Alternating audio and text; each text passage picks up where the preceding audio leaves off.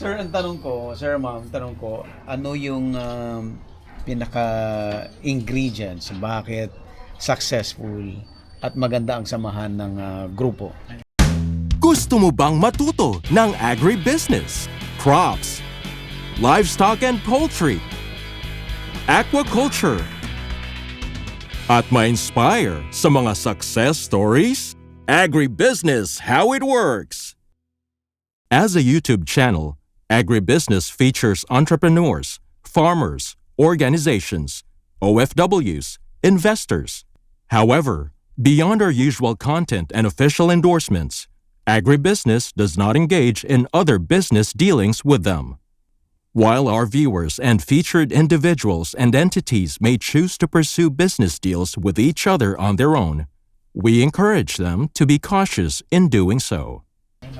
Napakagandang tanong yan, no? So, kasi po, sa totoo lang, kami talaga, ini-ensure namin na maganda yung communication namin. So, sa isang association po kasi, hindi talaga nawawalan yung problema, yung mga medyo hindi pagkakaintindihan.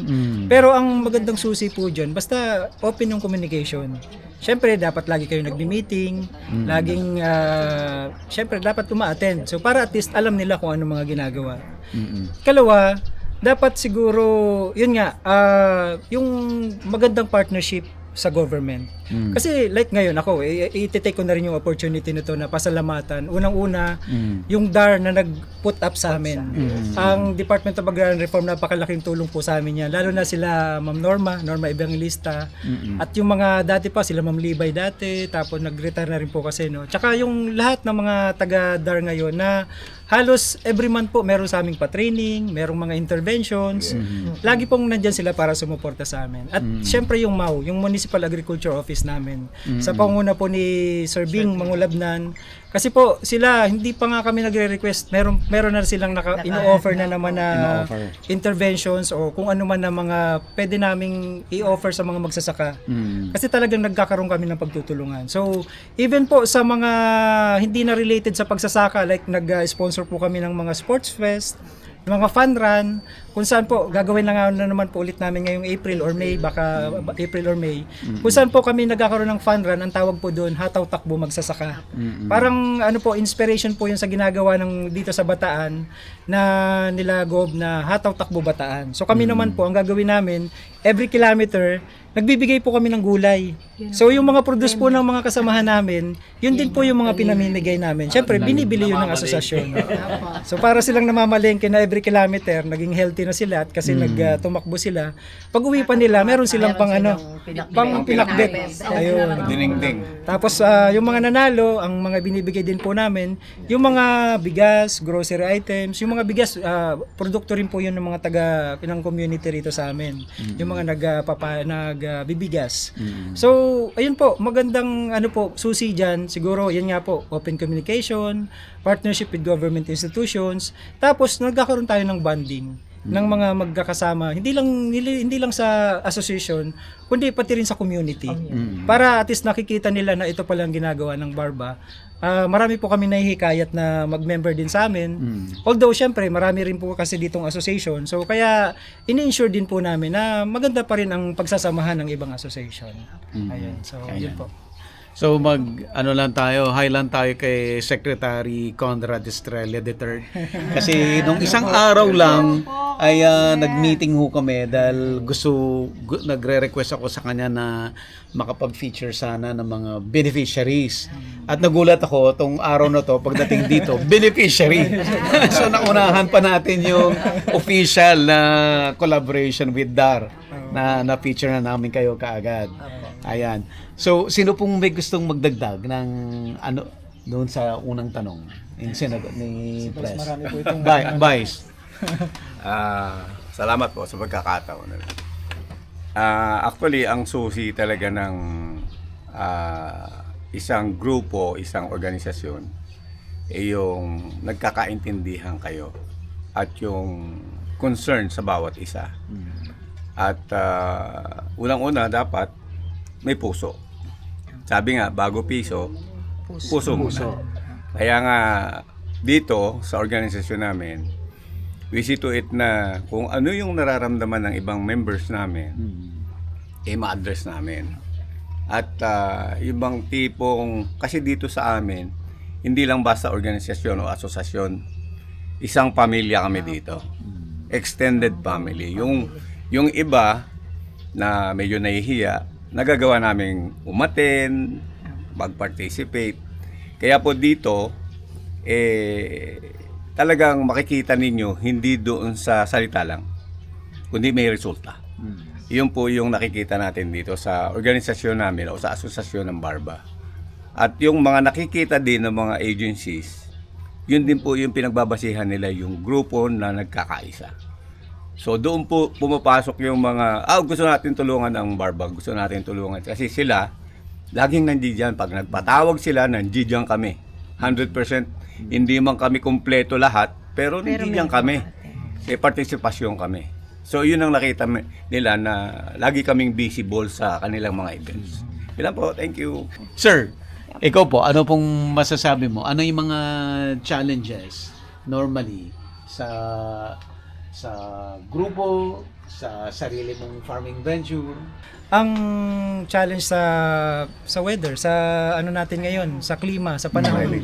Ang dami pong, sa totoo lang, nagiging constant beneficiaries na rin kami ng PCIC kasi marami pong nasisiraan ditong mga crops.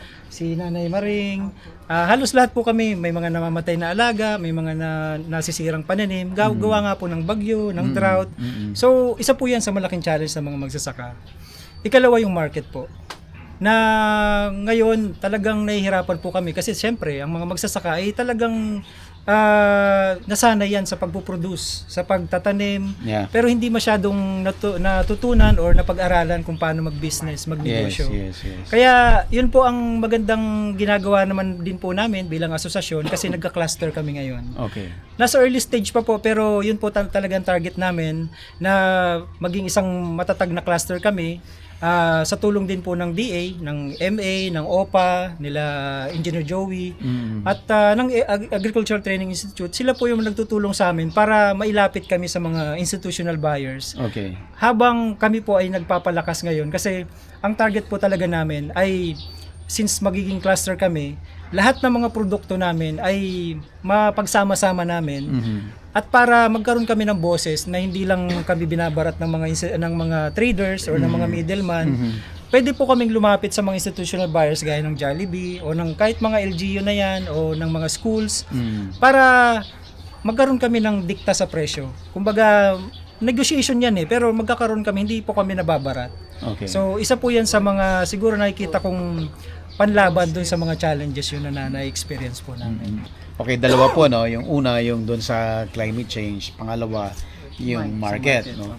Doon po sa climate change, ano na po yung mitigation na saan kayo nagpe-prepare para somehow may protection kayo? Ayan, sige po, so magandang tanong. Actually, napaka-enjoy, napakaganda ng usapan po natin ngayon. No? Kasi dyan po sa challenge na yan na experience po namin sa weather condition, unang-una po yung nabanggit ko kanina, yung PCIC. Okay. So, dati po, ang pagkakaalam ko, halos hindi nila maramdaman yung insurance, yung ganyan na kahit na pag nasisiraan, parang ano na lang, sorry, better luck next time. Bawi na lang next time. Pero ngayon, ang munisipyo po o maging ang DAR, halos nire-remind kami lagi niya na magpa-insure na kayo. Panibagong crop season, magpa-insure na kayo para at least pag nagkaroon ng sakuna, may makukuha kayo. Ako po, recently nakakuha pa lang ako ng kasi namatayan ako ng baka. So kahit pa paano, may nakuha rin po ako. Sila Nanay Maring, karamihan po rito ng mga nasiraan nung nakaraang bagyo. Isa po yan sa mga mitigations na ginagawa namin. Malaking tulong po yung PCIC. Opo. Pag nakapag-submit ka agad ng kwan, masira man po yun at may balik naman kahit paano. May pambawi. May pambawi naman. Opo. Ang registration ho ba ay per cropping cycle o per year? Per year po. Per year. Per year po. Per year. Actually, opo, nagpupunta rin sila dito kada cropping. Pero Okay. yung parang validity po ng isang buong taon. Validity ng insurance. Isang buong taon. Ayan po. So, yung nung araw, yung bali-balita na matagal, na halimbawa lang, yung problema ng iba, palay, di na baha, nasira, ganyan. Eh matagal daw dumating. So dahil matagal dumating, inayos na, renovate na, magtanim na. Pagdating ni insurance, wala na siyang makita. Eh kasi nga matagal. Kumusta po 'yun na wala na ho ba yung Ngayon ganung po, problema? nagagawa na po na nila ang paraan kasi Pinipicturean po yun, sir. Okay. automatic na po na pag halimbawa nagkaroon ng sakuna, si Sir Rick, magtatanong na po yan agad sa GC namin, yung mga nasiraan dyan, baka pwede nyo nang I-send picturean, na. i-send na sa amin. Picturean So, nyo na. meron na pong proseso. Maganda na po yung proseso ngayon. Kaya mabilis na rin po yung pag-release Advantage ng nung may insurance. mga video na sa cellphone Ayan, ngayon. Walang Dati bago. kasi wala 'yun eh. Oo. Opo, wala po yun. Ayun. Kaya kailangan nila sila yung pumunta. Ngayon, hindi na nila kailangan pumunta. Hindi na po. I-send na. Sa inyo lang yung So, minsan nire-record din nila na naka-geotag para talagang may prueba na sa inyo talaga yan. Sa iyo Tsaka talaga. sa time na yun. Hindi yung sa kapitbahay. Okay. So yun naman pangalawa na concern, sir, yung doon sa market. Kumusta? Sabi mo nagpapalakas kayo. Kumusta? Asan na kayo ngayon? At ano specifically yung binibigay ng bawat government agency to help? Ayan, sige po. So talagang magandang tanong din po ulit yan. No? Kasi ang ginagawa po namin diyan kasi talagang nagiging problema, no. Although nasa early stage pa po kami, Okay. no. So hindi pa naman po masasabi namin na successful na. Kasi yun nga po, nasa early stage kami. Unang-una po na nakapag-training na kami. Karamihan po dito nakapag-training na ng yung clustering approach. Pinadala po kami ng ATI na para malaman namin ano ba yung mga proseso na pwede namin gawin para magawa po namin yung clustering na yon and para malapit kami sa mga institutional buyers. No? So ganun po. And Sir, interrupt lang kita. When you say clustering, anong ibig sabihin nun? ayun. So yung pagsasama-sama po yan ng mga magsasaka Na pare-parehas ang crops. Pare-parehas ang ganun? crops. Oh. Although kasi kami naman po dito iba-iba rin yung hindi naman talaga lahat palay lang or mais lang. Pero ang kagandahan po noon ay hindi na individually binebenta sa trader. Ganun po sana yung proseso Okay. noon. So sa pagka-cluster, i-identify namin sino-sino ba rito yung mga nagpapalay, sino-sino yung mga nagmamais, sino-sino yung mga nag-high value crops. Para sa gayon, alam namin kung gaano kadami yung pwede naming maiproduce at mailapit namin kung sino yung pwedeng maging buyer. So, ganun po yung konsepto ng clustering. Okay. Ayun. So, ngayon naman po, sabi ko nga po, hindi pa naman kami nandun sa stage na talagang successful na kami. Pero, marami po kami mga ginagawang paraan para makamit namin yon. So, siguro po, sa mga, nandun na rin kami sa mga steps na ngayon po, actually, may kukwento ko lang na sa amin po in-offer yung Lipad Rice na tinatawag. Isa po itong Ano po programa. yan? Oh. Isa po itong programa ng Municipality of Hermosa Okay. na kung saan kami po ang magmamanage ng ilalagay na rice mill. Okay. Worth 17 million po actually ito. Okay. So, nakapag-identify na po kami ng farmer na papagamit ng kanyang lupa Okay. para mapagtayuan ng rice mill. So, meron na po kaming si Philmec, meron na po kaming coordination sa kanila para ito po ay maumpisahan. So, nasa early stage pa po, pero sabi naman nila, basta na-identify nyo na yung area, na bisita na rin po nila, na ocular visit na nila. So, sunod-sunod na po yan.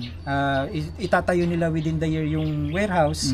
Uumpisahan muna nila sa drying facility. Okay. And then susunod naman yung milling facility. And then dire-diretso na po yun. So, ano yung kagandahan nito? Ito na po yung talagang pangarap namin na makakluster namin. Okay. Yung lahat ng mga produkto na halimbawa, ito yung mga nagpapalay sa season na to, madadala po namin sa isang area lang. Yun nga po yung rice mill namin. So, pag nadala po namin doon, may mga machines naman po kami. Meron kaming tractor, may mga harvester kami na para mag-harvest ng mga palay na to. mais, oh. Dadalhin po namin sa facility namin. Doon na po papasok yung pwede naming yung mga pinagsama-samang yun, pwede naming hanapan ng mga buyers na mga malalaki na magandang presyo. So, gone are the days siguro na madidiktahan kami na ito ang presyo ng palay. Yes. 8 pesos lang kada Yes. kada kilo. Yung classic na 8 Opo. pesos. Kasi pwede na po namin gawing bigas eh. Yes. Siyempre tataas po na nagkaroon na po kami ng processing, may value adding na kaming ginawa. So madidiktahan na rin namin yung presyo. Kumbaga meron na kaming laban. Yun po. Tama po yan. Ang maganda doon kasi kung meron kayong drying facility, no, bawat members hindi nagkukumahog na kailangan ibenta yung fresh palay dahil wala siyang pag-iimbakan o wala siyang capability para i-dry. So kung meron yung drying facility, ang takbuhan doon sa facility. So dahil nandun na siya sa facility, no, kung 8 pesos, pwede kayong maghintay maging 15 man lang o 18, di ba? Kasi may warehouse kami na dahil may pwedeng warehouse. Oo. And finally, dahil may milling, magiging bigas ang produkto. Na dahil meron kayong volume, dahil naka-cluster na kayo, may bargaining power kayo doon sa institutional buyers. So sa supply chain po, natanggal na namin yung middleman, yung trader. Napunta na po agad from farmer, napunta na po agad doon sa wholesaler. Yes. So kami yung gagawa, kami na rin yung wholesaler. Kayo na yung wholesaler. Pwede na naming ibagsak din sa retailer o kaya sa mga institutional buyer. Yeah, oo. May share ko lang sir, no, kasi nung a few weeks ago nandun kami sa Taiwan. So napag-usapan namin yung rice industry nila, no. Ang rice industry ng Taiwan ay ano sila, sufficient yung production nila. At ang ano doon, parehas lang ang situation sa Pilipinas. Maraming farmer na maliliit yung land holding. No, maliliit, 1 hectare or less, ganon. Pero dahil sila ay naka-cluster, matagal na panahon silang naka-cluster. So, ang siste, hindi man pag-aari ng organization o farmer o co-op yung milling or drying, no, dahil naka-cluster sila, iisa lang yung buyer. Papunta sa kanila, papunta doon sa storage muna, drying, then milling. Walang trader. Bakit po walang trader? Kasi si may-ari ng rice mill, contract growing siya sa mga farmers. So ang kausap na nila from the start pa lang, magtatanim pa lang sila, kausap na nila si rice mill. So sabi ni rice mill, itong variety ng rice neto ang itatanim natin. Yung lahat ng farmer, yun lang ang itatanim na variety. So para pagdating doon sa milling, yung gusto ni milling na quality ng rice, ma-achieve niya kasi isa lang ang variety na panggagalingan. Kasi kung iba-iba yung variety, hindi niya pwedeng pagsama-samahin doon sa storage niya at saka sa drying niya at saka sa milling niya. So hindi niya rin maibibenta ng maganda. So kailangan talaga from start pa lang, yun, nagkasundo na sila, isa yung ano.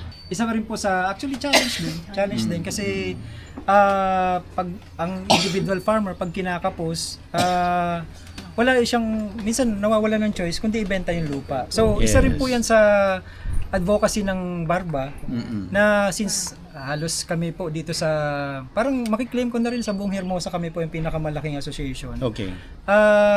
Isa sa mga advocacy namin, yung lagi naming pinapaalala, lalo na sa mga members namin and even sa community, na as much as possible, huwag nyo ibibenta yung lupa nyo. Lalo na pag beneficiary kayo ng agrarian reform o kahit sarili nyo ng lupa yan na titulado nyo na. Kasi po, in reality po talaga yan na nangyayari dito na halos may mga, dyan, lalo na dyan sa labasan, pag ino-offera na medyo malaki, nabibenta na yung lupa. So kami naman po sa Barba, as much as possible, talagang sinasabi namin na sana ipamana nyo pa yan sa mga anak nyo, sa mga apo nyo, para marami pang makinabang. Kasi halos paigsi or paliit na ng paliit po ang ang pinagtataniman natin, no. So kami po proud na sa 85 members namin, meron pa kaming 135 hectares na pinagsasaluhan na pinagtataniman. Intact pa rin yun, sir, yung intact pa rin po. 135. Walang nababawas doon. Wala pa naman po nababawas. Actually, padami pa ng padami kasi nga po dumadami pa rin po yung mga members namin. Members. Oh. Noon. So sana yan, tumagal pa po yan. Kasi talagang, sabi nga po, may doktor, may lawyer, kailangan mo lang yan ilang beses sa isang taon baka nga wala pa.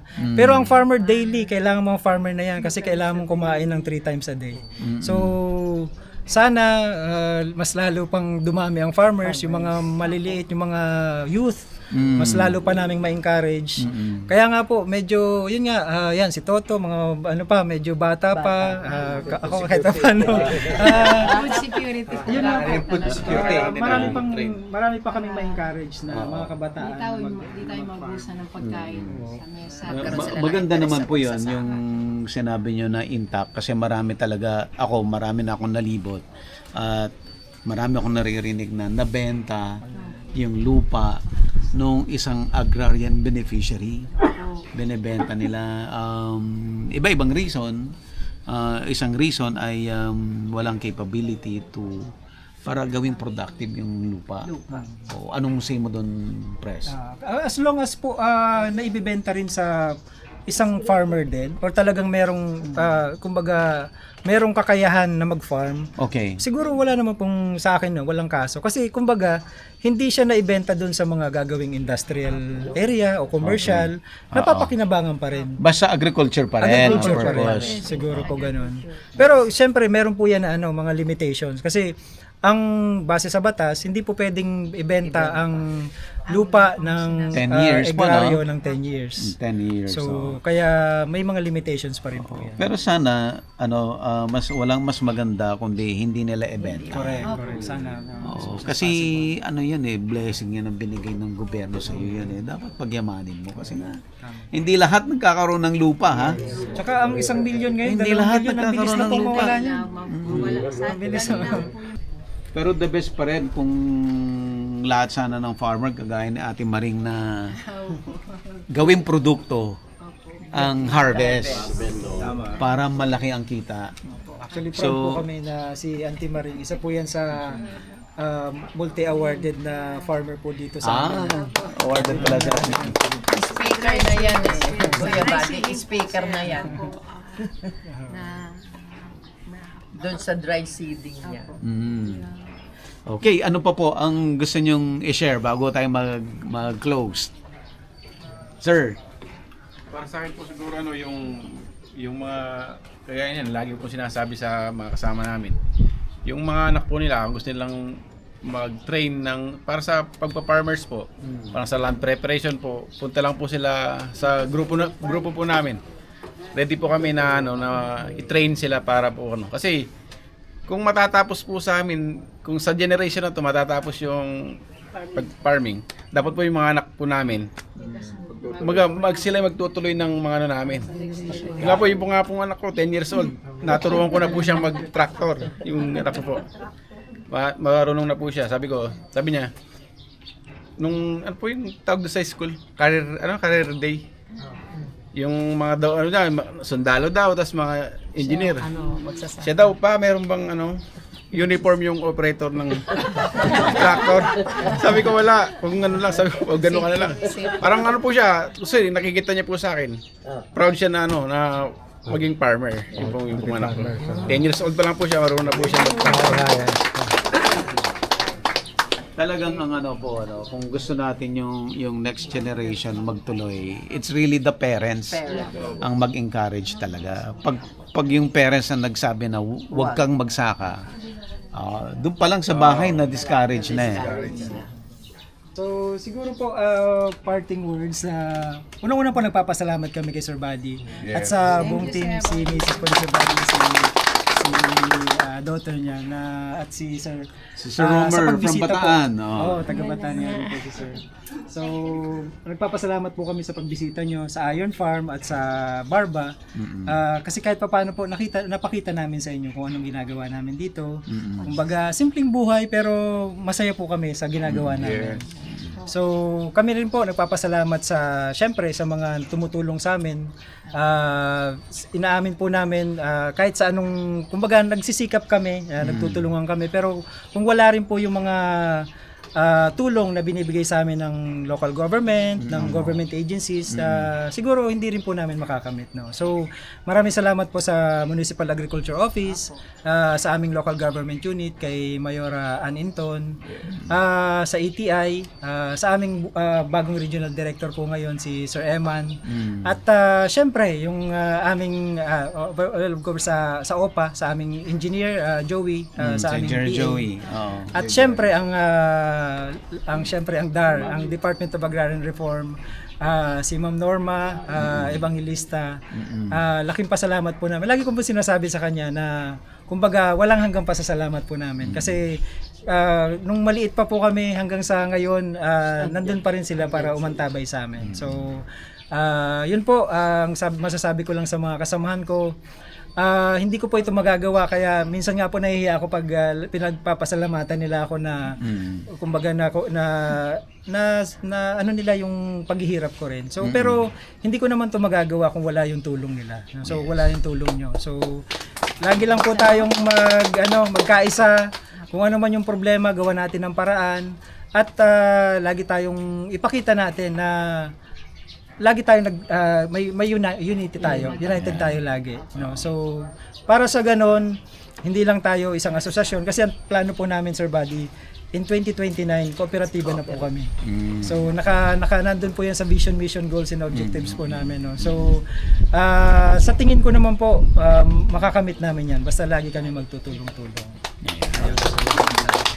So looking forward po tayo, babalikan ho natin ang grupo in ilang years ba, ilang months ba, para makita natin yung successor. Baka 2 years po. 2 years. Ayan. So promise mo yan, sir. Yes, apo. Babalikan natin in 2 years, makikita natin yung success ng clustering nila, at para ma-realize talaga yung kayo ay nagbebenta ng isang quality product sa isang loyal na institutional buyer. Thank you, sir. Salamat po. Sir, thank you po. Sir, thank you. Salamat. Sir. Amin ko rin sa wakas.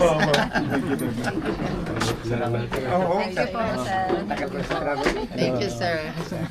Every December po, mayroon po kaming Thanksgiving. Sir. No, sir. 1, 2, 3. Okay. Thank you so much.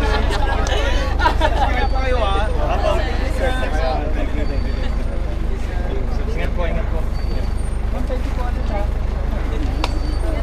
Ingat po.